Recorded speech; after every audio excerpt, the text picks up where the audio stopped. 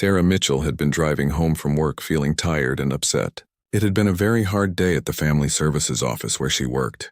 She was a social worker, and her job was to help families in trouble. Today she had to take 3 children away from their parents because the parents were using drugs. The children cried when they had to leave home. Sarah's heart was broken watching them cry. Sarah was 45 years old. She had brown hair that was starting to turn gray. She wore glasses and always dressed nicely for work. She lived alone in a small house with her 2 cats, Whiskers and Mittens. Sarah had never married or had children of her own. But she loved children, which is why she became a social worker. As Sarah drove down Oak Street, she was thinking about the 3 children she had helped that day. She wondered if they would be okay in their new foster homes. She wondered if their parents would ever get clean and get their children back. These thoughts made her very sad. Sarah was stopped at a red light when she heard a loud crashing sound. She looked around to see where the noise came from. That's when she saw the construction site. She saw the broken metal and wood scattered everywhere. She saw people standing around looking at something. Then she saw them. 2 small boys trapped under a wooden platform.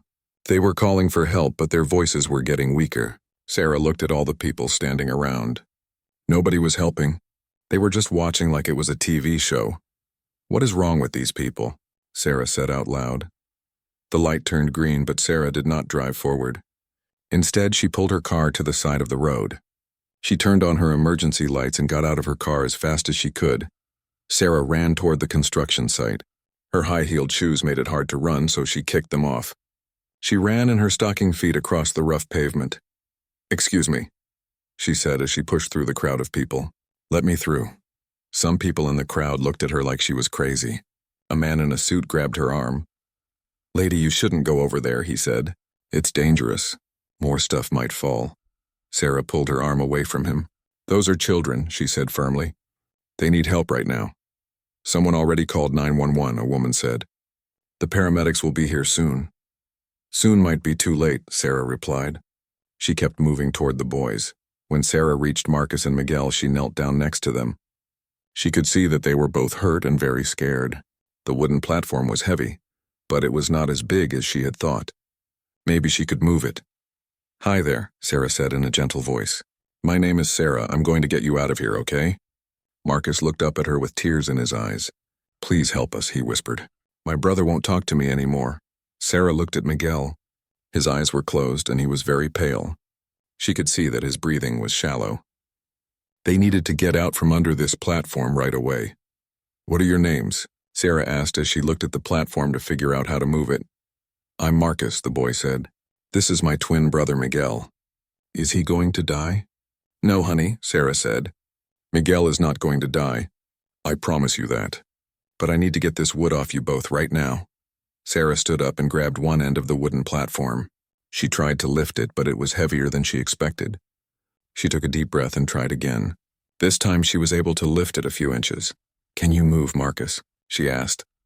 Marcus tried to slide out from under the platform, but his leg hurt too much. "I think my leg is broken," he said. Sarah looked around at the crowd of people. "I need help," she called out. "I can't lift this by myself." Most people just stared at her. Finally, a young man stepped forward. He was wearing work clothes and had paint on his hands. "I'll help," he said. His name was Tony, and he worked at a painting company. Together, Sarah and Tony lifted the wooden platform. It was heavy, but they managed to move it off the 2 boys. As soon as the platform was moved, Sarah knelt down next to Miguel. "Miguel," she said softly. "Can you hear me?" Miguel's eyes opened slowly. "Where's my dad?" he asked in a very quiet voice. "We're going to call your dad," Sarah said. "But first we need to make sure you're okay." Sarah had learned basic first aid training for her job. She checked both boys for serious injuries. Marcus had a cut on his leg that was bleeding, but it did not look too deep. Miguel seemed to have hurt his back when the platform fell on him. "Don't try to move too much," Sarah told Miguel. "Help is coming." In the distance, Sarah could hear sirens. The ambulance was coming, but she wanted to do what she could to help the boys before the paramedics arrived. Sarah took off her jacket and used it to put pressure on Marcus's cut leg. The bleeding slowed down. She talked to both boys to keep them awake and calm. "Do you live around here?" she asked. "Yes," Marcus said. "We live on Oak Street with our dad and our little sister." "What's your last name?" Sarah asked. Crow Feather, Marcus replied. Sarah noticed that Miguel was wearing a beautiful turquoise bracelet on his wrist. It looked old and special. She wondered if it was a family gift. "That's a beautiful bracelet," she said to Miguel. Miguel smiled a little. "My grandma gave it to me," he said weakly. "She said it would protect me." "Well, it did protect you," Sarah said. "You're going to be okay." The ambulance arrived with its lights flashing and sirens wailing. 2 paramedics jumped out and ran over with their equipment. Sarah moved out of the way so they could work. "What happened here?" the first paramedic asked. "The construction platform fell on these 2 boys," Sarah explained. "They've been trapped for about 10 minutes. The paramedics quickly checked both boys. They put Marcus's leg in a splint and very carefully moved Miguel onto a stretcher. They were worried about his back injury. "Are you their mother?" the second paramedic asked Sarah. "No," Sarah said. "I just saw the accident and stopped to help. Their last name is Crow Feather and they live on Oak Street." "Do you know their father's phone number?" the paramedic asked. Marcus spoke up. "I know Dad's work number," he said. He told them the number and Sarah wrote it down. As the paramedics loaded the boys into the ambulance, Sarah felt like she should do more. These children needed someone to be with them at the hospital. She did not know their family, but she could not just leave them alone. "I'd like to follow you to the hospital," Sarah told the paramedics. "Someone should be there until their family arrives." "That's very kind of you," the first paramedic said. "We're going to City General Hospital." Sarah got back in her car and followed the ambulance. As she drove, she thought about the crowd of people who had just watched the boys suffer. She could not understand how people could see children in trouble and do nothing. It made her angry and sad at the same time. At the hospital, Sarah parked her car and ran inside. The boys had already been taken to the emergency room. Sarah went to the front desk. "I'm here about the 2 boys who just came in," she said. "Marcus and Miguel Crow Feather." The nurse looked at her computer. "Are you family?" she asked. "No, but I'm the one who helped them at the accident site," Sarah explained. "Someone needs to call their father." The nurse gave Sarah some paperwork to fill out about what happened. Sarah wrote down everything she could remember. While she was writing, she heard someone calling loudly in the emergency room. "Where are my boys? Where are Marcus and Miguel?" Sarah looked up and saw a man running through the emergency room doors. He was tall with dark hair and skin. He looked very worried and scared. This had to be their father. Sarah stood up and walked over to him. "Excuse me," she said. "Are you Mr. Crow Feather?" The man turned to look at her. His eyes were full of fear. "Yes, I'm James Crow Feather." "Where are my sons? Are they okay?" "The hospital called me at work, but they wouldn't tell me much." "Your boys are going to be fine," Sarah said quickly. "They're with the doctors right now. I'm Sarah Mitchell. I was there when the accident happened."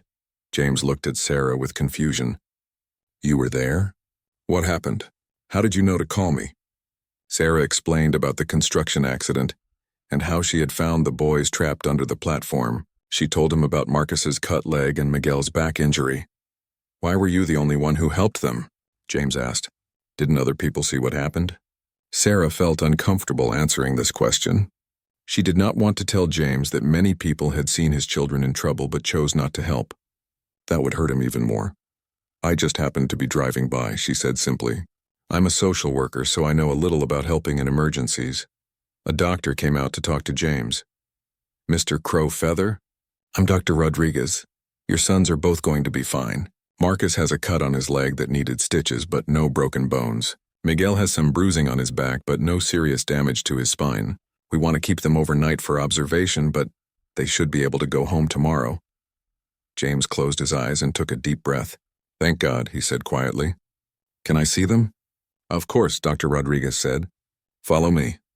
As James started to follow the doctor, he turned back to Sarah. "Thank you," he said. "I don't know how to repay you for saving my boys." "You don't need to repay me," Sarah said. "I'm just glad I was there to help." But even as she said this, Sarah felt a strange feeling inside. She felt like this was not just a coincidence. She felt like she was meant to be there at... Sarah sat in the hospital waiting room even though she knew she could go home. She had done her part by helping the boys and calling their father. But something kept her there. She could not explain why, but she felt like she needed to make sure Marcus and Miguel were really okay. The waiting room was not very comfortable. The chairs were hard plastic and the lights were too bright. A television played old movies that nobody was watching. Sarah bought a cup of coffee from a machine, but it tasted terrible. She threw most of it away. After about an hour, James Crowfeather came back to the waiting room.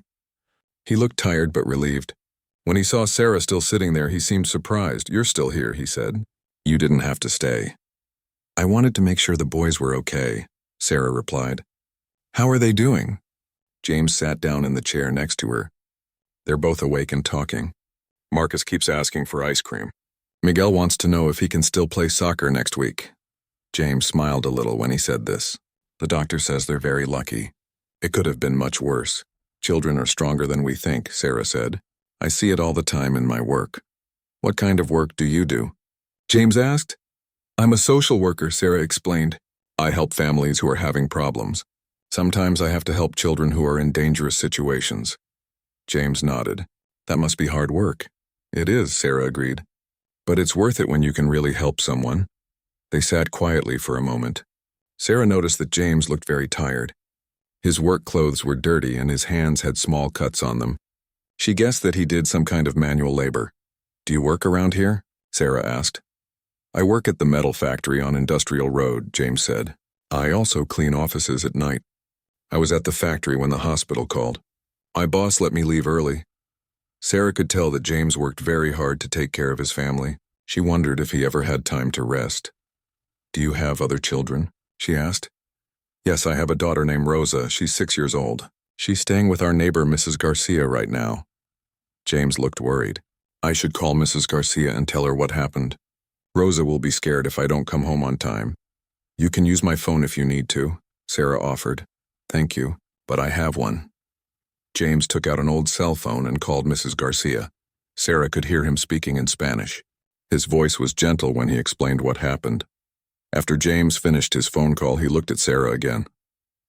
"Mrs. Garcia wants to bring Rosa to the hospital, but I told her to wait. Rosa gets scared in hospitals."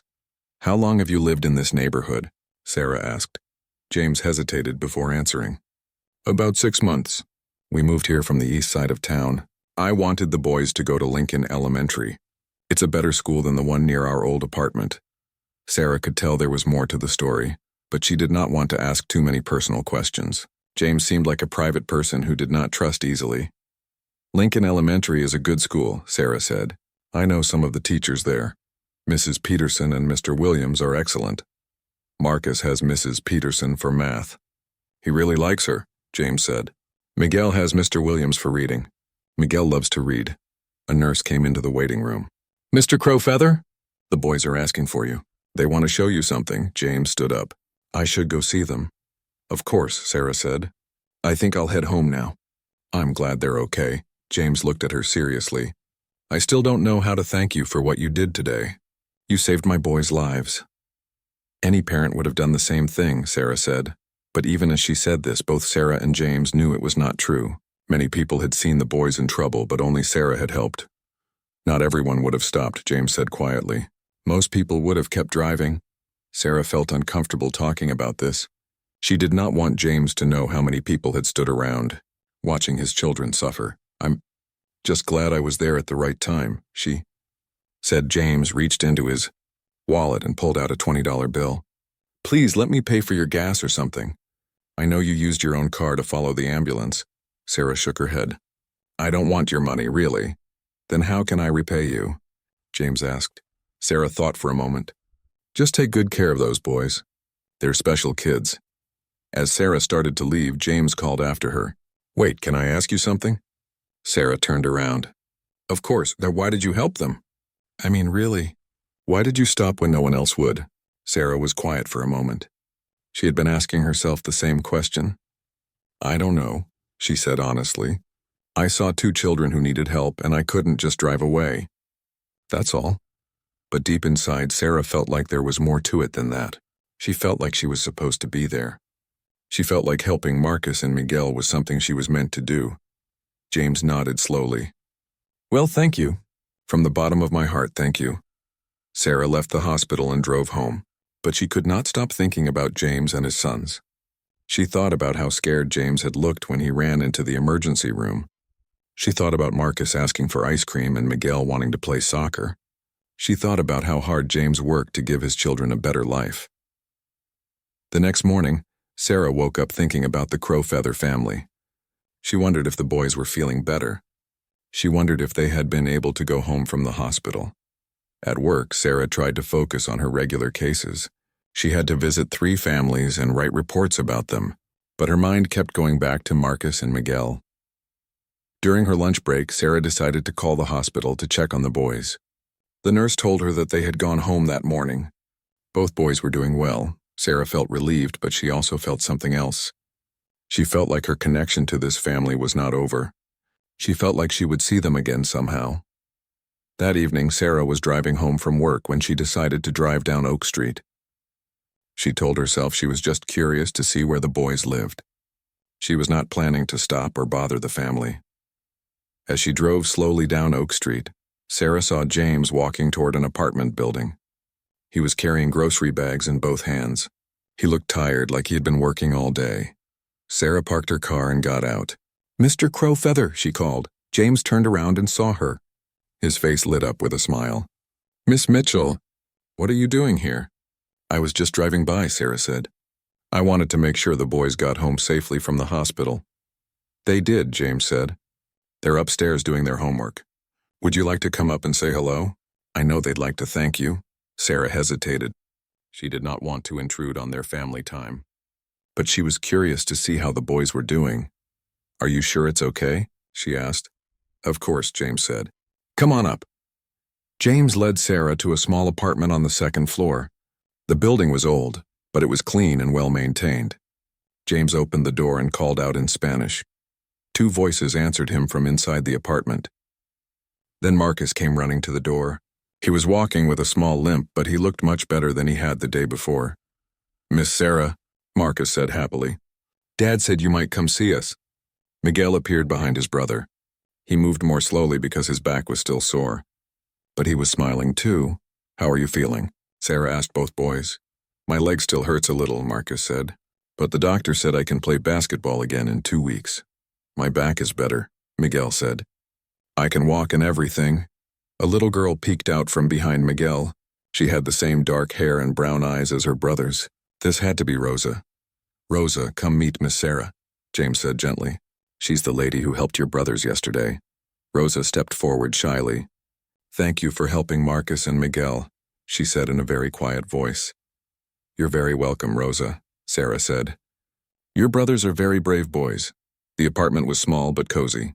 Sarah could see that James had worked hard to make it a good home for his children. The furniture was old but clean. There were books and school papers on a small table. Pictures of the children were hung on the walls. "Would you like some coffee?" James asked. "Or maybe some tea?" "Coffee would be nice," Sarah said. As James made coffee, the boys showed Sarah their school projects. Marcus had built a model airplane out of cardboard. Miguel had written a story about a dog who could fly. "These are wonderful," Sarah said. "You boys are very creative." "Miguel wants to be a writer when he grows up," Marcus said. "I want to be a pilot." "Those are great dreams," Sarah said. "If you work hard in school, you can do anything you want." James brought Sarah a cup of coffee. It was much better than the coffee at the hospital. As they sat and talked, Sarah learned more about the family. She learned that James's wife had died in a car accident 3 years ago. She learned that he had moved to this neighborhood because he wanted his children to have better opportunities. She learned that money was tight, but James always made sure his children had food and clean clothes for school. "The boys are very smart," James said proudly. "Marcus is the best math student in his class. Miguel reads books that are meant for much older children." "Education is very important," Sarah said. "My parents always told me that nobody can take away what you learn." As the evening went on, Sarah felt more and more comfortable with the Crowfeather family. The children were polite and well-behaved. James. Sarah sat in the hospital waiting room even though she knew she could go home. She had done her part by helping the boys and calling their father. But something kept her there. She could not explain why, but she felt like she needed to make sure Marcus and Miguel were really okay. The waiting room was not very comfortable. The chairs were hard plastic and the lights were too bright. A television played old movies that nobody was watching. Sarah bought a cup of coffee from a machine, but it tasted terrible. She threw most of it away. After about an hour, James Crowfeather came back to the waiting room. He looked tired but relieved. When he saw Sarah still sitting there, he seemed surprised. "You're still here," he said. "You didn't have to stay." "I wanted to make sure the boys were okay," Sarah replied. "How are they doing?" James sat down in the chair next to her. "They're both awake and talking. Marcus keeps asking for ice cream. Miguel wants to know if he can still play soccer next week." James smiled a little when he said this. "The doctor says they're very lucky." "It could have been much worse. Children are stronger than we think," Sarah said. "I see it all the time in my work." "What kind of work do you do?" James asked. "I'm a social worker," Sarah explained. "I help families who are having problems. Sometimes I have to help children who are in dangerous situations." James nodded. "That must be hard work." "It is," Sarah agreed. "But it's worth it when you can really help someone." They sat quietly for a moment. Sarah noticed that James looked very tired. His work clothes were dirty and his hands had small cuts on them. She guessed that he did some kind of manual labor. "Do you work around here?" Sarah asked. "I work at the metal factory on Industrial Road," James said. "I also clean offices at night." "I was at the factory when the hospital called. My boss let me leave early." Sarah could tell that James worked very hard to take care of his family. She wondered if he ever had time to rest. "Do you have other children?" she asked. "Yes. I have a daughter named Rosa. She's 6 years old. She's staying with our neighbor Mrs. Garcia right now." James looked worried. "I should call Mrs. Garcia and tell her what happened. Rosa will be scared if I don't come home on time." "You can use my phone if you need to," Sarah offered. "Thank you. But I have one." James took out an old cell phone and called Mrs. Garcia. Sarah could hear him speaking in Spanish. His voice was gentle when he explained what happened. After James finished his phone call, he looked at Sarah again. "Mrs. Garcia wants to bring Rosa to the hospital, but I told her to wait. Rosa gets scared in hospitals." "How long have you lived in this neighborhood?" Sarah asked. James hesitated before answering. "About 6 months. We moved here from the east side of town. I wanted the boys to go to Lincoln Elementary. It's a better school than the one near our old apartment." Sarah could tell there was more to the story, but she did not want to ask too many personal questions. James seemed like a private person who did not trust easily. "Lincoln Elementary is a good school," Sarah said. "I know some of the teachers there. Mrs. Peterson and Mr. Williams are excellent. Marcus has Mrs. Peterson for math. He really likes her," James said. "Miguel has Mr. Williams for reading. Miguel loves to read." A nurse came into the waiting room. "Mr. Crowfeather? The boys are asking for you. They want to show you something." James stood up. "I should go see them." "Of course," Sarah said. "I think I'll head home now." "I'm glad they're okay." James looked at her seriously. "I still don't know how to thank you for what you did today. You saved my boys' lives." "Any parent would have done the same thing," Sarah said. But even as she said this, both Sarah and James knew it was not true. Many people had seen the boys in trouble, but only Sarah had helped. "Not everyone would have stopped," James said quietly. "Most people would have kept driving." Sarah felt uncomfortable talking about this. She did not want James to know how many people had stood around. Watching his children suffer, "I'm just glad I was there at the right time," she said. James reached into his wallet and pulled out a $20 bill. "Please let me pay for your gas or something." "I know you used your own car to follow the ambulance." Sarah shook her head. "I don't want your money, really." "Then how can I repay you?" James asked. Sarah thought for a moment. "Just take good care of those boys. They're special kids." As Sarah started to leave, James called after her. "Wait, can I ask you something?" Sarah turned around. "Of course, why did you help them?" "I mean, really. Why did you stop when no one else would?" Sarah was quiet for a moment. She had been asking herself the same question. "I don't know," she said honestly. "I saw 2 children who needed help and I couldn't just drive away. That's all." But deep inside, Sarah felt like there was more to it than that. She felt like she was supposed to be there. She felt like helping Marcus and Miguel was something she was meant to do. James nodded slowly. "Well, thank you. From the bottom of my heart, thank you." Sarah left the hospital and drove home, but she could not stop thinking about James and his sons. She thought about how scared James had looked when he ran into the emergency room. She thought about Marcus asking for ice cream and Miguel wanting to play soccer. She thought about how hard James worked to give his children a better life. The next morning, Sarah woke up thinking about the Crowfeather family. She wondered if the boys were feeling better. She wondered if they had been able to go home from the hospital. At work, Sarah tried to focus on her regular cases. She had to visit 3 families and write reports about them. But her mind kept going back to Marcus and Miguel. During her lunch break, Sarah decided to call the hospital to check on the boys. The nurse told her that they had gone home that morning. Both boys were doing well. Sarah felt relieved, but she also felt something else. She felt like her connection to this family was not over. She felt like she would see them again somehow. That evening, Sarah was driving home from work when she decided to drive down Oak Street. She told herself she was just curious to see where the boys lived. She was not planning to stop or bother the family. As she drove slowly down Oak Street, Sarah saw James walking toward an apartment building. He was carrying grocery bags in both hands. He looked tired, like he had been working all day. Sarah parked her car and got out. "Mr. Crowfeather," she called. James turned around and saw her. His face lit up with a smile. "Miss Mitchell, what are you doing here?" "I was just driving by," Sarah said. "I wanted to make sure the boys got home safely from the hospital." "They did," James said. "They're upstairs doing their homework. Would you like to come up and say hello? I know they'd like to thank you." Sarah hesitated. She did not want to intrude on their family time, but she was curious to see how the boys were doing. "Are you sure it's okay?" she asked. "Of course," James said. "Come on up." James led Sarah to a small apartment on the second floor. The building was old, but it was clean and well-maintained. James opened the door and called out in Spanish. 2 voices answered him from inside the apartment. Then Marcus came running to the door. He was walking with a small limp, but he looked much better than he had the day before. "Miss Sarah," Marcus said happily. "Dad said you might come see us." Miguel appeared behind his brother. He moved more slowly because his back was still sore, but he was smiling too. "How are you feeling?" Sarah asked both boys. "My leg still hurts a little," Marcus said, "but the doctor said I can play basketball again in 2 weeks." "My back is better," Miguel said. "I can walk and everything." A little girl peeked out from behind Miguel. She had the same dark hair and brown eyes as her brothers. This had to be Rosa. "Rosa, come meet Miss Sarah," James said gently.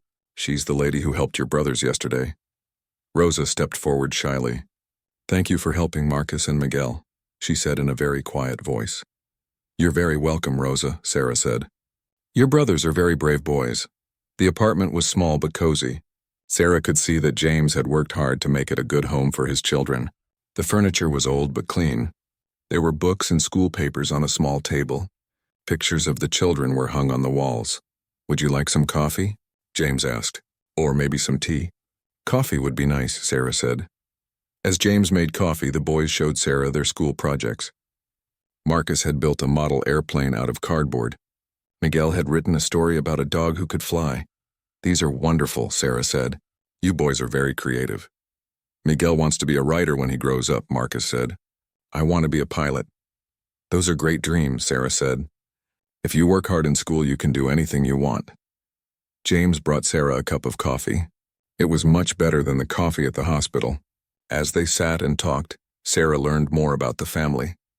She learned that James's wife had died in a car accident 3 years ago. She learned that he had moved to this neighborhood because he wanted his children to have better opportunities. She learned that money was tight, but James always made sure his children had food and clean clothes for school. "The boys are very smart," James said proudly. "Marcus is the best math student in his class. Miguel reads books that are meant for much older children."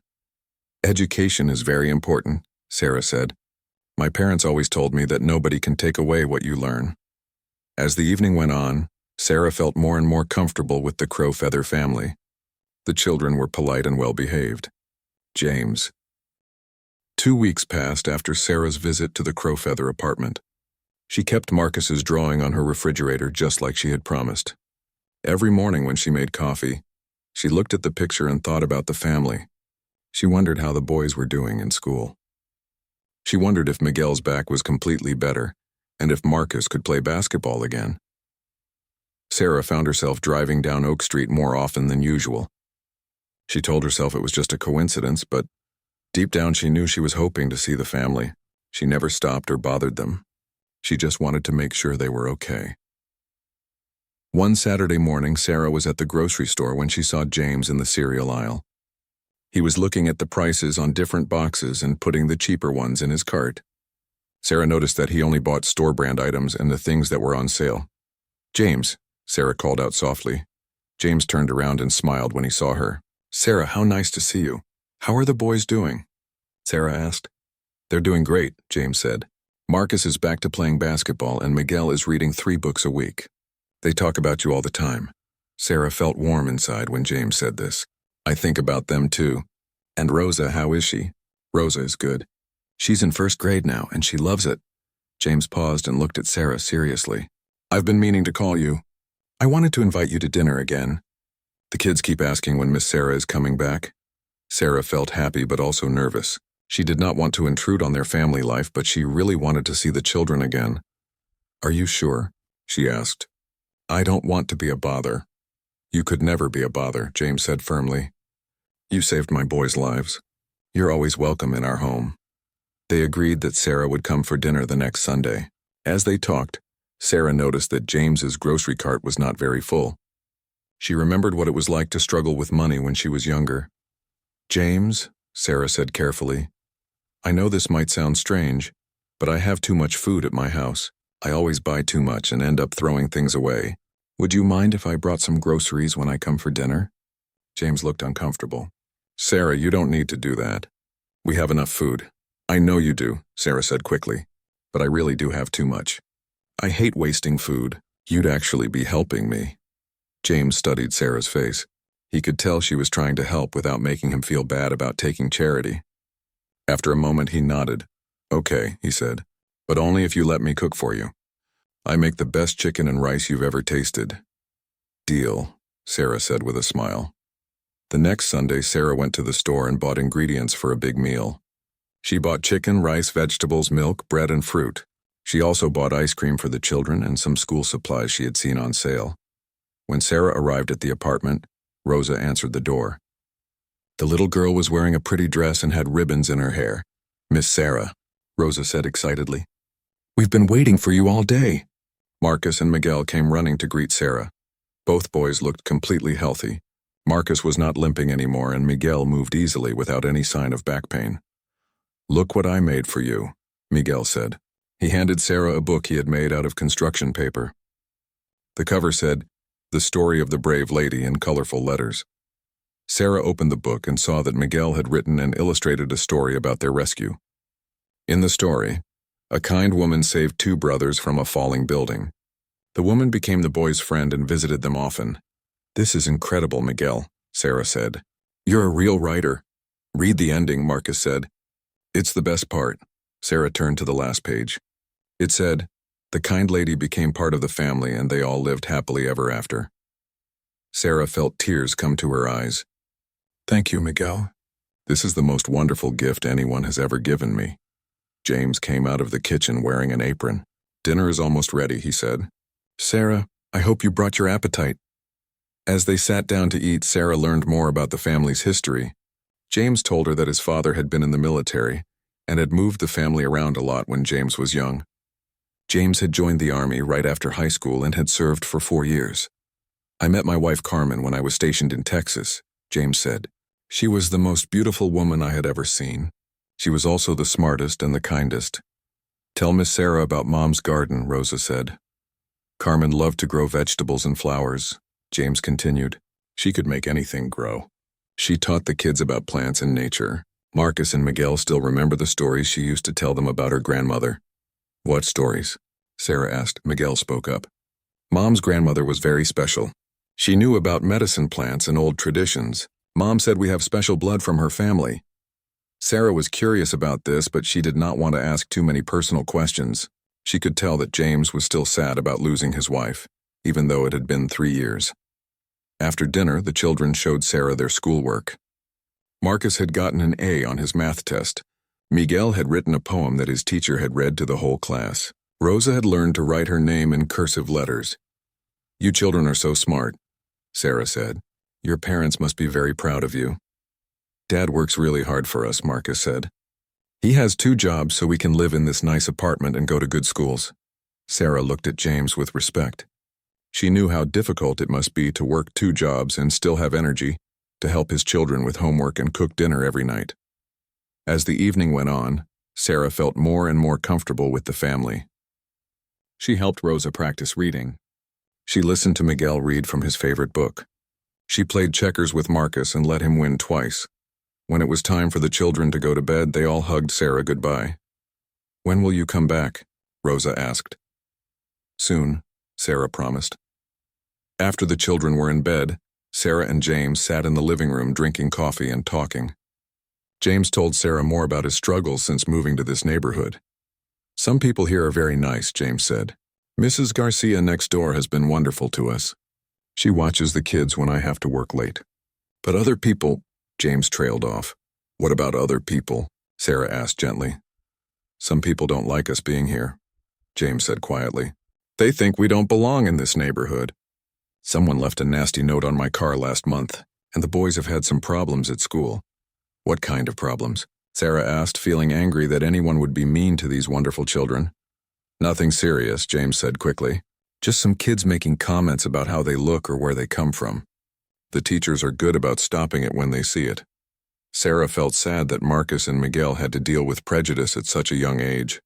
She also felt angry at the adults who would leave nasty notes on a hard-working father's car. "I'm sorry that's happening to you," Sarah said. "This is a good family and you deserve to be treated with respect." "We'll be okay," James said. "I've dealt with worse things in my life. I just want my children to have opportunities I never had." Before Sarah left that night, James walked her to her car. "Thank you for coming tonight," he said. "The kids haven't been this happy in a long time. Carmen used to say that some people come into your life for a reason. I think you're one of those people." Sarah felt touched by James's words. "I feel the same way about your family," she said. Over the next few weeks, Sarah found herself thinking about the crow feathers more and more. She started stopping by their apartment every few days, always with some excuse. Sometimes she brought groceries that she claimed were extra. Sometimes she brought books for the children. Sometimes she just stopped by to say hello. Each visit made Sarah feel more connected to the family. She helped Marcus with his math homework. She listened to Miguel practice reading aloud. She braided Rosa's hair and taught her simple cooking tasks. James began to trust Sarah more and more. He told her about his dreams of maybe starting his own small business someday. He told her about his worries that he was not doing enough for his children. He told her about how lonely he sometimes felt trying to raise 3 kids by himself. Sarah found herself caring about this family more than she had ever cared about anything. She looked forward to their Sunday dinners together. She worried when one of the children had a cold. She felt proud when they did well in school. One evening, James asked Sarah why she spent so much time with their family. "You must have your own life," he said. "Your own family and friends. Why do you want to spend time with us?" Sarah thought about his question carefully before answering. "I've never had children of my own," she said. "I've never had a family like yours. Being with you and the kids makes me feel like I belong somewhere, like I'm part of something important." James nodded slowly. "You are part of something important," he said. "You're part of our family now." Sarah felt tears come to her eyes when James said this. She had spent most of her adult life helping other people's families, but she had never felt like she truly belonged to one herself. That night, as Sarah drove home, she thought about how much her life had changed since the day she stopped to help 2 boys trapped under a construction platform. She had gained more than she had given. She had found a family that needed her just as much as she needed them. 3 months had passed since Sarah first met the Crowfeather family. She now visited them twice a week and had Sunday dinner with them every weekend. The children had started calling her Aunt Sarah, which made her heart feel full of happiness. One Saturday evening, James called Sarah and invited her to a special dinner the next day. "It's different from our usual Sunday dinner," James said on the phone. "My grandmother is visiting from Oklahoma. She's 92 years old and she doesn't speak much English. But I want her to meet you." Sarah felt honored that James wanted her to meet his grandmother. She also felt a little nervous. She wanted to make a good impression on this important family member. "Should I bring anything special?" Sarah asked. "Just yourself," James said. "But maybe dress a little nicer than usual. This dinner is important to my grandmother." The next day, Sarah wore her best dress and brought flowers for the grandmother. When she arrived at the apartment, she could smell wonderful cooking smells coming from the kitchen. But these smells were different from James's usual cooking. They were richer and more complex. James answered the door wearing clothes Sarah had never seen before. Instead of his usual work clothes or casual pants, he wore a beautiful shirt with colorful patterns. The children were also dressed differently. Marcus and Miguel wore shirts with similar patterns, and Rosa wore a dress with intricate beadwork. "Come in, Sarah," James said. "I want you to meet my grandmother." In the living room sat a very old woman with long gray hair braided down her back. Her skin was dark and weathered, but her eyes were bright and alert. She wore a dress made of soft leather with beautiful beadwork covering the front. Around her neck were several necklaces made of turquoise and silver. "Grandmother, this is Sarah," James said in English. Then he spoke to the old woman in a language Sarah had never heard before. The grandmother looked at Sarah carefully for a long moment. Then she smiled and said something in the same language James had used. "What did she say?" Sarah asked. "She said you have kind eyes and a good heart," James translated. "She also said something else, but it's hard to translate." Sarah felt touched by the grandmother's words. She handed the flowers to the old woman, who accepted them with a gracious nod. As they sat down for dinner, Sarah noticed that the food was completely different from what James usually cooked. There was meat that had been cooked with special herbs. There were vegetables she had never seen before. There was bread that was flat and round instead of the regular bread from the store. "This food is amazing," Sarah said after taking her first bite. "What is it?" "These are traditional foods from our people," James explained. "My grandmother taught me how to make them when I was young. I don't cook them very often because the ingredients are hard to find in the city." "Your people?" Sarah asked. James looked at his grandmother, who nodded encouragingly. "Sarah, there's something about our family that I haven't told you yet. We are Comanche." Sarah looked confused. "Comanche?" "Native American," Miguel said helpfully. "We're Indians." Sarah felt surprised. She had never thought about the family's ethnicity. She had noticed that they had dark skin and hair, but she had assumed they were Mexican or maybe from another Latin American country. "My great-great-grandfather was a Comanche warrior," Marcus said proudly. "He fought to protect our land." James continued the explanation. "My grandmother is full-blooded Comanche. She grew up on the reservation in Oklahoma. My grandfather was Mexican. That's why our last name is Crowfeather, but we also have Spanish blood." Sarah looked at the grandmother with new respect. This woman was a living link to a culture that went back hundreds of years. "I feel honored to meet you," Sarah said to the grandmother. James translated Sarah's words. The grandmother smiled and spoke again in Comanche. "She says she has been waiting to meet you," James said. "She says she knows about what you did for Marcus and Miguel." As the dinner continued, James told Sarah more about their family history. He explained that his grandmother had been one of the last children to grow up in the traditional Comanche way. She had learned the old language, the old stories, and the old customs from her parents and grandparents. "When I was young, I lived with my grandmother every summer," James said. "She taught me about our culture and our traditions. She taught me that we must never forget where we come from." "Is that why you moved to this neighborhood?" Sarah asked. "To help your children remember their culture?" James shook his head. "Actually, I moved here to give them better opportunities in the white world. Better schools, safer streets. But my grandmother reminds me that they also need to know about their Comanche heritage." The grandmother had been listening to their conversation, even though she did not understand all the English words. She spoke to James in Comanche, and he nodded seriously. "What did she say?" Sarah asked. "She said that our children are growing up between two worlds.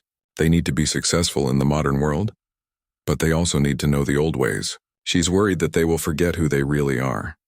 Sarah looked at Marcus, Miguel, and Rosa. They were just regular American kids who went to public school and played video games and watched television, but they were also the descendants of proud Comanche warriors who had fought to protect their homeland. "Tell me about your traditions," Sarah said. "I want to understand." For the rest of the evening, James and his grandmother shared stories about Comanche culture. They told Sarah about the importance of family and community. They explained how the Comanche people had been skilled horsemen and warriors. They talked about their spiritual beliefs and their connection to the land. The grandmother showed Sarah the turquoise bracelet that Miguel always wore. Through James's translation, she explained that turquoise was a sacred stone that provided protection. Each child in the family received a piece of turquoise when they were born. That's why Miguel was wearing the bracelet when the accident happened, Sarah realized. The grandmother nodded and spoke to James. Again, "She says the turquoise called to you that day," James translated. "She says that's why you were the only one who stopped to help." Sarah felt a chill run down her spine. She did not really believe in spiritual things, but there was something about the way the grandmother looked at her that made her think there might be more to the story than just coincidence.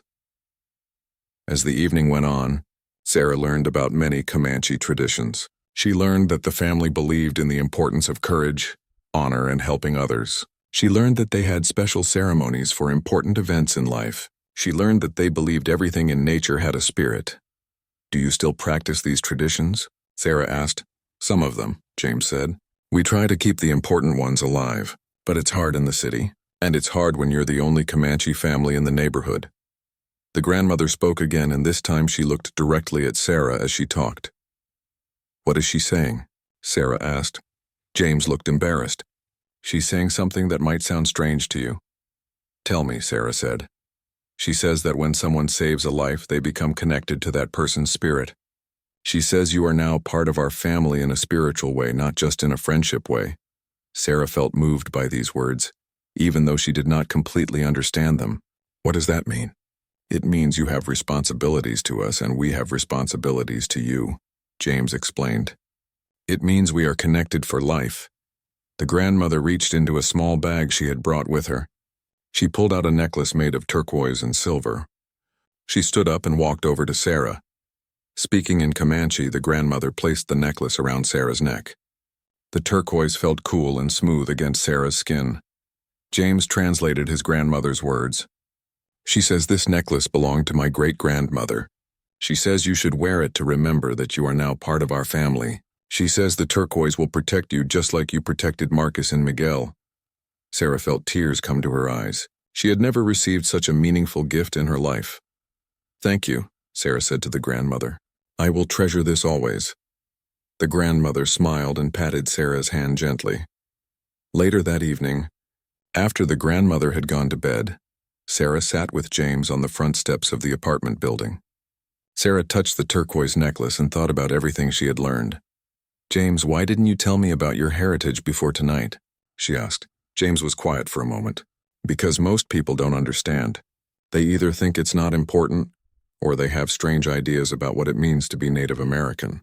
Some people think we should all live on reservations. Some people think we're not real Indians because we live in the city." "I would never think that," Sarah said. "I know that now," James replied. "But I've learned to be careful about who I trust with that information." Sarah understood. She had seen prejudice in her work as a social worker. She knew that people could be cruel and ignorant about things they did not understand.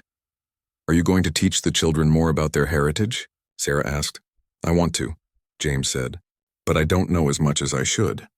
I was young when my grandmother tried to teach me, and I was more interested in fitting in with the other kids. Now I wish I had paid more attention." "It's not too late," Sarah said. "Your grandmother is still here. She can teach all of us." Word began to spread through the neighborhood about Sarah's friendship with the Crowfeather family. At first, it was just curious glances and whispered conversations. But as weeks passed, the whispers became louder and more pointed. Sarah first noticed the change at the grocery store where she had met James. Mrs. Henderson, a woman Sarah had known casually for years, approached her in the checkout line. "Sarah, dear," Mrs. Henderson said with a fake smile, "I've been hearing that you've become quite close with that Indian family on Oak Street." Sarah felt uncomfortable with the way Mrs. Henderson said "that Indian family," but she tried to stay polite. "The Crowfeathers are wonderful people," Sarah replied. "Oh, I'm sure they are," Mrs. Henderson continued. "But don't you think it's a bit unusual for you to be spending so much time with them? People are starting to talk." "What kind of talk?" Sarah asked, though she was not sure she wanted to know. Mrs. Henderson lowered her voice. "Well, some people are wondering if it's appropriate. You're a single white woman and he's a single Indian man. People are starting to get the wrong idea." Sarah felt her face get hot with anger. "James is a friend. His children are like family to me. There's nothing inappropriate about caring for people who need support." "Of course not, dear," Mrs. Henderson said quickly. "I'm just telling you what people are saying. You might want to be more careful about appearances." Sarah left the store feeling upset and angry. She could not believe that people were gossiping about her friendship with the Crowfeathers. She could not believe that anyone would think there was something wrong with helping a family in need. But the grocery store incident was just the beginning. Over the next few days, Sarah noticed that some of her neighbors were treating her differently.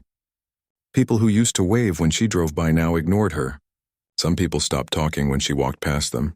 At work, things were even worse. Sarah's supervisor, Mrs. Patterson, called her into the office for a meeting. "Sarah, I need to talk to you about something," Mrs. Patterson said. "I've been getting calls about your involvement with a family in the Oak Street area." "What kind of calls?"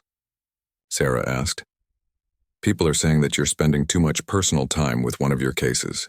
They're saying it's unprofessional." Sarah felt confused. "Mrs. Patterson, the crow feathers are not one of my cases. I met them through a personal situation. I helped them on my own time."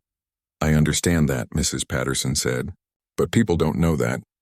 They see a social worker spending a lot of time with a minority family, and they assume it's work-related. Some people are saying you're giving this family special treatment." "Special treatment?" Sarah repeated.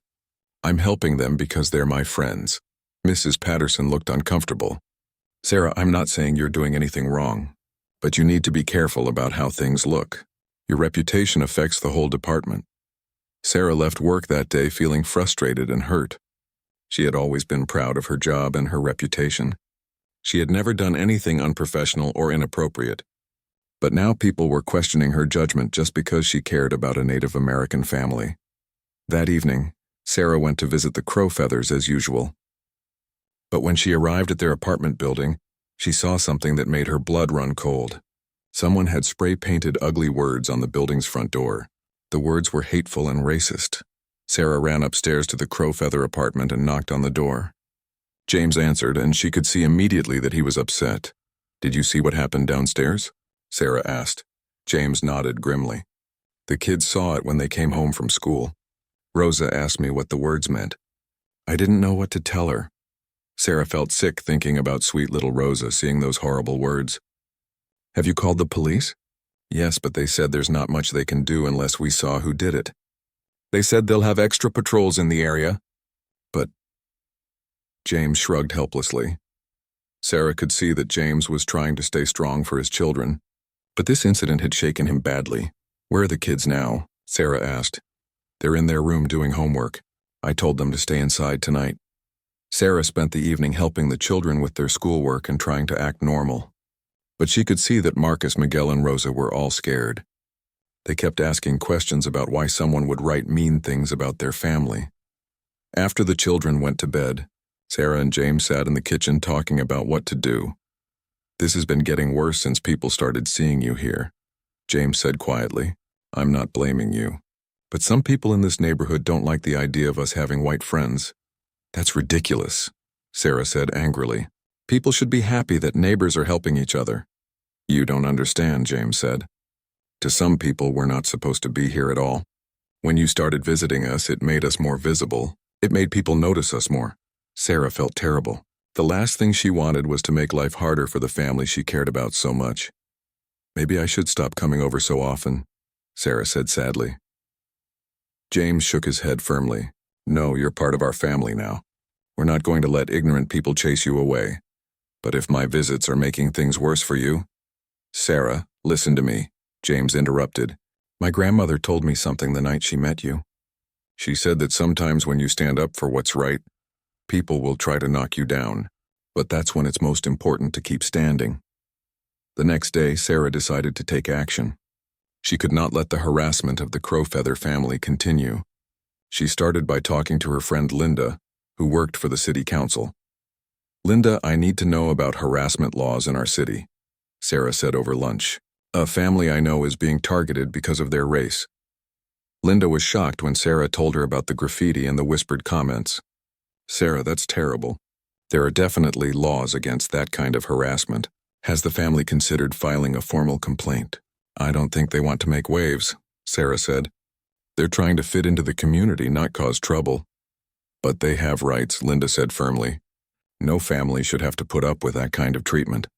Linda helped Sarah research the city's anti-discrimination policies. She also gave Sarah the name of a lawyer who specialized in civil rights cases. That evening, Sarah brought the information to James. At first, he was reluctant to take any legal action. "I don't want to make more enemies," James said. "We have to live in this neighborhood." "But you also have to be safe in this neighborhood," Sarah replied. Your children should be able to walk to school without seeing hate graffiti. After much discussion, James agreed to at least talk to the lawyer Linda had recommended. The lawyer, Mr. Rodriguez, was very helpful. He explained that the family had several options for dealing with the harassment. You can file a police report about the graffiti, Mr. Rodriguez said. You can also file a complaint with the city's Human Rights Commission. And if things get worse, you can consider a civil lawsuit. Meanwhile, Sarah decided to address the problem in her own neighborhood. She knew that most of the people spreading gossip were not truly bad people. They were just ignorant and scared of things they did not understand. Sarah started having conversations with her neighbors. She told them about James's military service and his hard work to support his children. She talked about how smart and polite Marcus, Miguel, and Rosa were. She explained that the Crowfeathers were not looking for special treatment. They just wanted to be accepted as part of the community. Some neighbors listened and seemed to understand. Mrs. Chen from the corner store said she had always liked the boys. When they stopped by after school, Mr. Williams, who lived 2 blocks away, said he respected any man who worked 2 jobs to support his family, but other neighbors were not so understanding. Mrs. Henderson continued to make snide comments about Sarah's unusual friendship. A man named Mr. Peterson openly said that he did not think those people belonged in their neighborhood. The situation came to a head 2 weeks later. Sarah was at the Crowfeather apartment helping Miguel with a school project when they heard shouting outside.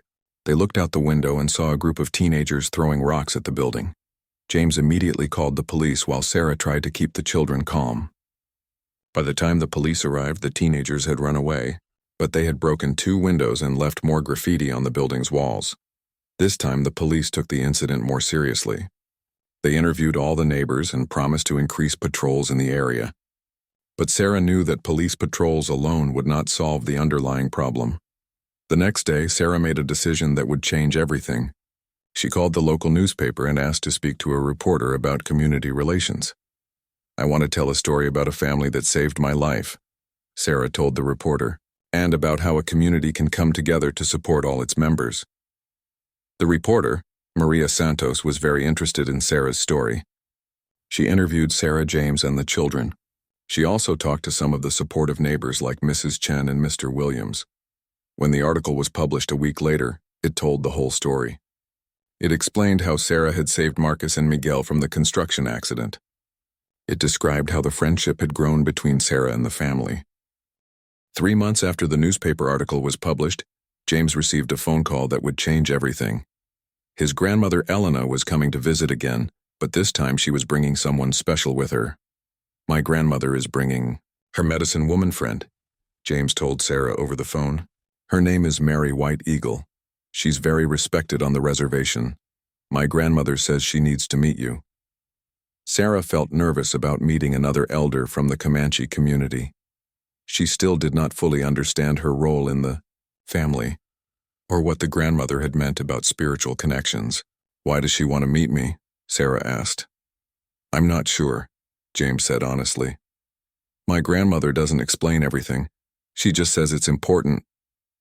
The next Saturday, Sarah arrived at the Crowfeather apartment to find it full of wonderful smells and busy activity. James was cooking traditional foods again. The children were dressed in their best clothes. And in the living room sat 2 elderly women talking quietly in Comanche. Sarah recognized Elena, James's grandmother. The other woman was smaller and even older, with pure white hair braided with colorful ribbons. She wore a dress covered in intricate beadwork and several necklaces of turquoise and silver. "Sarah, this is Mary White Eagle," Elena said in English. "She has come very far to meet you." Mary White Eagle looked at Sarah with eyes that seemed to see everything. She studied Sarah's face for a long moment, then looked at the turquoise necklace Sarah was wearing. The old woman spoke to Elena in Comanche. Elena translated. "She says you wear the stone well. She says it has chosen you." Sarah touched the necklace that Elena had given her months earlier. "What does that mean?" Mary White Eagle spoke again, and this time James translated because Elena was nodding seriously. "She says that in our tradition, turquoise is more than just a stone. It's a bridge between the spirit world and our world. She says the turquoise called to you on the day you saved Marcus and Miguel. Sarah felt the same chill she had experienced months earlier when Elena first told her about spiritual connections. Mary White Eagle stood up slowly and walked over to Sarah. She placed her weathered hands on Sarah's shoulders and looked into her eyes. When she spoke, her voice was gentle but serious. Elena translated the words. She says she had a vision about you 3 months ago. In the vision, she saw a woman with light skin and a good heart saving 2 Comanche children from falling stones. She says the spirits told her that this woman would become a protector of our people. A protector? Sarah repeated, feeling overwhelmed. Mary White Eagle continued speaking, and Elena translated each sentence. She says that long ago, when our people were forced from our lands, a medicine woman made a prophecy. She said that one day when our children were living far from home and struggling to remember who they are, a stranger would come to help them. This stranger would have the heart of a warrior but the face of someone different. Sarah felt her heart beating fast. You think I'm the person from this prophecy? Mary White Eagle nodded and spoke again. She says the spirits confirmed it when you stopped to help the boys while others walked away. She says your act of courage connected you to our family forever. James looked as surprised as Sarah felt. Grandmother, why didn't you tell me about this prophecy before? Elena answered in Comanche, then repeated in English. Because I needed to be sure. I needed to watch Sarah and see if she truly had the heart of a protector. Mary White Eagle walked over to a bag she had brought with her. She pulled out a small leather pouch decorated with beads and feathers. Speaking in Comanche, she handed the pouch to Sarah. What is it? Sarah asked. Elena translated Mary White Eagle's words. It's a medicine bundle. It contains sacred items that have been passed down in her family for 6 generations. She says you need these things to help you in your role as protector. Sarah held the small pouch carefully. It felt warm in her hands, and she could sense that it contained something very important. I don't understand, Sarah said. I'm not Native American. I don't know anything about your traditions. How can I be a protector?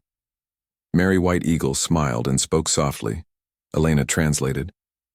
She says that protection comes from the heart, not from the blood. She says you have already been protecting our family. Now you just need to understand the deeper meaning of what you're doing. Over the next few hours, Mary White Eagle told Sarah about Comanche traditions and beliefs. She explained that in their culture, certain people were chosen by the spirits to be guardians and protectors. These people did not have to be Comanche themselves. They just had to have the right heart and the willingness to help. Throughout our history, there have been people from other tribes and other races who became part of our spiritual family, Elena explained. They were adopted not just by individual families but by our whole people. Mary White Eagle opened the medicine bundle and showed Sarah what was inside. There was a small piece of turquoise that was perfectly round. There was a feather from an eagle. There was a tiny arrowhead made of black stone. There were some dried herbs that smelled like sage and sweetgrass. Each item has meaning, Elena translated as Mary White Eagle explained. The turquoise connects you to the earth and gives you protection. The eagle feather gives you the vision to see what others cannot see. The arrowhead gives you the courage to fight for what is right. The herbs help you stay connected to the spirit world. Sarah felt honored, but also scared. What am I supposed to do with these things? Mary White Eagle spoke for several minutes, with Elena and James both listening carefully. She says you should carry the bundle with you when you need strength or guidance, Elena translated. She says you should burn a small amount of the herbs when you pray for the safety of our family. She says you should touch the eagle feather when you need to make difficult decisions. But I don't know how to pray in your tradition, Sarah said. Mary White Eagle smiled and spoke again. She says prayer is the same in every language. She says the spirits understand the language of the heart. As the day continued, Sarah learned more about her role as a spiritual protector. Mary White Eagle explained that this did not mean Sarah had to change her religion or abandon her own beliefs. It simply meant that she was now connected to the Comanche people in a special way. You have already been doing the work of a protector, Elena said. When you stood up to the people who were harassing our family, that was the work of a protector. When you helped get the newspaper to tell our story, that was the work of a protector. Mary White Eagle taught Sarah some simple ceremonies she could do to help keep the family safe. She showed her how to burn sage and say prayers for protection. She taught her some Comanche words that could be used in times of trouble. The most important thing, Elena translated, is that you continue to follow your heart. The spirits chose you because you have the courage to do what is right even when it is difficult. As the evening ended, Mary White Eagle performed a special ceremony. She had Sarah sit in the center of the room while she walked around her 4 times, chanting in Comanche and burning sage. The children watched quietly, understanding that something very important was happening.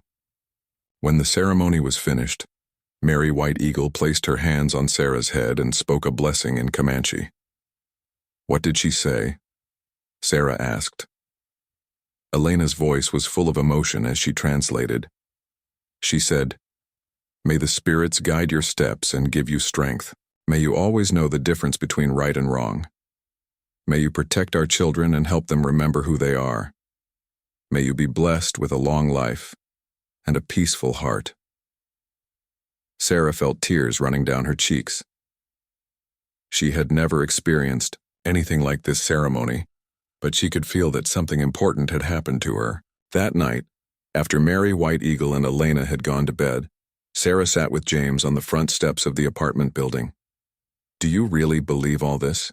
Sarah asked. "About prophecies and spiritual connections?" James was quiet for a moment. "I didn't used to," he said honestly. "When I was younger, I thought all the old stories were just superstitions. But then I watched what happened when you came into our lives." "What do you mean?"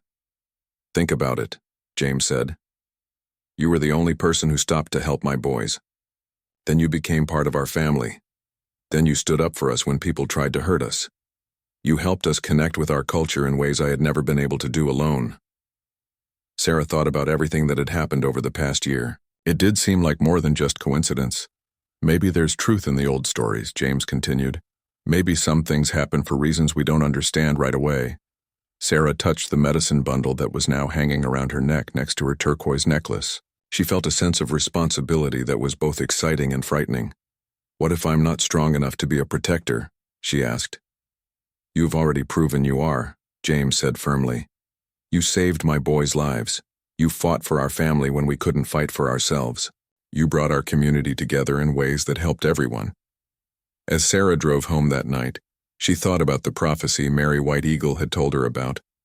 She thought about the ceremony and the sacred items she now carried. She thought about the blessing that had been spoken over her.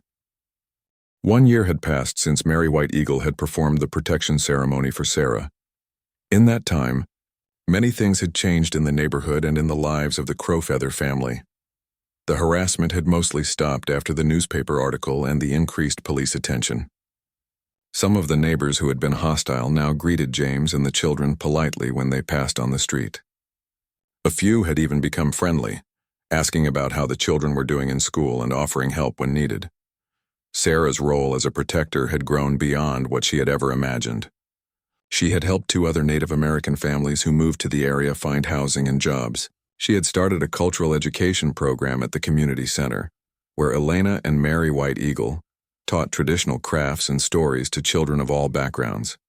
Most importantly, Marcus, Miguel, and Rosa had grown confident in their identity, as both modern American children and proud descendants of Comanche warriors. They no longer tried to hide their heritage. Instead, they shared it proudly with their classmates and friends. On a warm spring morning, Sarah received a phone call from James that filled her with excitement. "Sarah, you need to come over right away," James said. "Lincoln Elementary School wants to do something special, and we need your help." When Sarah arrived at the apartment, she found the whole family gathered around the kitchen table with a woman she recognized as Mrs. Peterson, Marcus's teacher. "Miss Mitchell," Mrs. Peterson said with a big smile, "I'm so glad you're here. I have wonderful news. Our school has been chosen to host the city's first annual Cultural Heritage Festival. Each class will present information about different cultures represented in our community." "That sounds amazing," Sarah said. "How can I help?" Marcus jumped up excitedly. "Mrs. Peterson wants our family to do a presentation about Native American culture. And she wants you to help us because you know so much about our traditions now. The presentation would be in the school auditorium, Mrs. Peterson explained. Parents and community members would be invited. It's a chance to educate people about the rich diversity in our neighborhood. Sarah looked at James, who was smiling proudly. "What do you think?"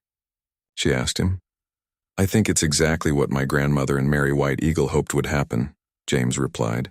"Our children sharing their heritage with pride, and you helping to make it possible." Over the next month, Sarah worked with the family to prepare their presentation. Elena and Mary White Eagle, who had decided to stay in the city longer to help with the cultural program, shared stories and taught traditional songs. James talked about Comanche history and his own military service. The children practiced traditional dances and learned to explain the meaning behind different customs. Sarah helped them organize the presentation and gathered historical information from the library and the internet. She also worked with other families in the community to make sure the festival represented many different cultures. The night before the festival, Sarah sat with the family as they made final preparations. Marcus and Miguel were wearing traditional Comanche clothing that Elena had made for them. Rosa wore a beautiful dress with intricate beadwork. Even James wore traditional clothing for the first time since he was a young man. "Are you nervous?" Sarah asked Marcus, who would be speaking first during their presentation. "A little," Marcus admitted. "But I'm also excited. I want people to understand that being Native American doesn't mean we live in the past. We're modern people who are proud of our ancient heritage." Miguel nodded. "And I want people to know that our ancestors were brave warriors who fought to protect their families and their land, just like people of all cultures have done throughout history." The day of the Cultural Heritage Festival arrived with perfect spring weather. The school auditorium was packed with parents, community members, and local officials. The mayor was there, along with reporters from the local newspaper and television station.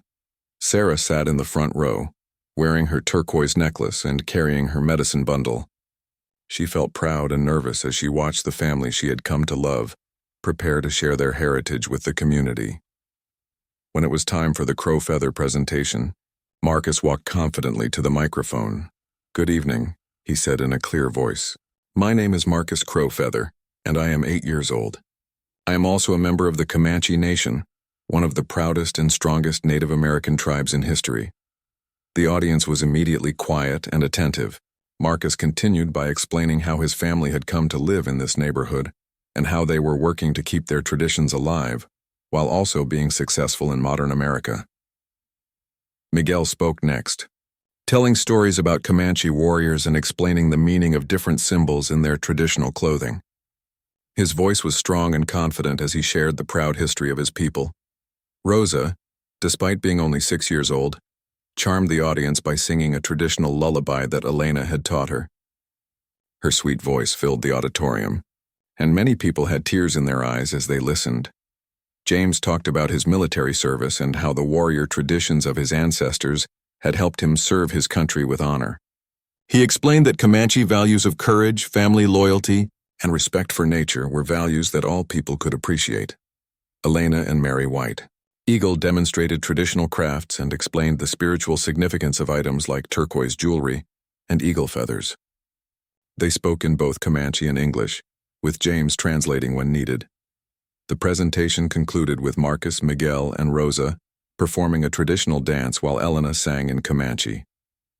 The dance told the story of young warriors learning to protect their people and their land. When the presentation ended, the entire auditorium erupted in applause. People stood up and clapped for several minutes. Many audience members came forward to ask questions and learn more about Comanche culture. Sarah watched with tears of joy as her adopted family was surrounded by people who wanted to understand and appreciate their heritage. Children from Marcus and Miguel's classes asked if they could learn some of the dances. Parents thanked James for sharing his family's story. Mrs. Henderson, the neighbor who had once criticized Sarah for spending time with the family, approached Sarah after the presentation. "I owe you an apology," Mrs. Henderson said quietly. "I was wrong about this family. They're wonderful people with a beautiful culture. I'm ashamed of how I acted before." Sarah appreciated the apology, but she was more interested in moving forward than looking back. "What matters is that we all learned something tonight. she said kindly. As the evening wound down, Sarah found herself standing outside the school with the Crowfeather family.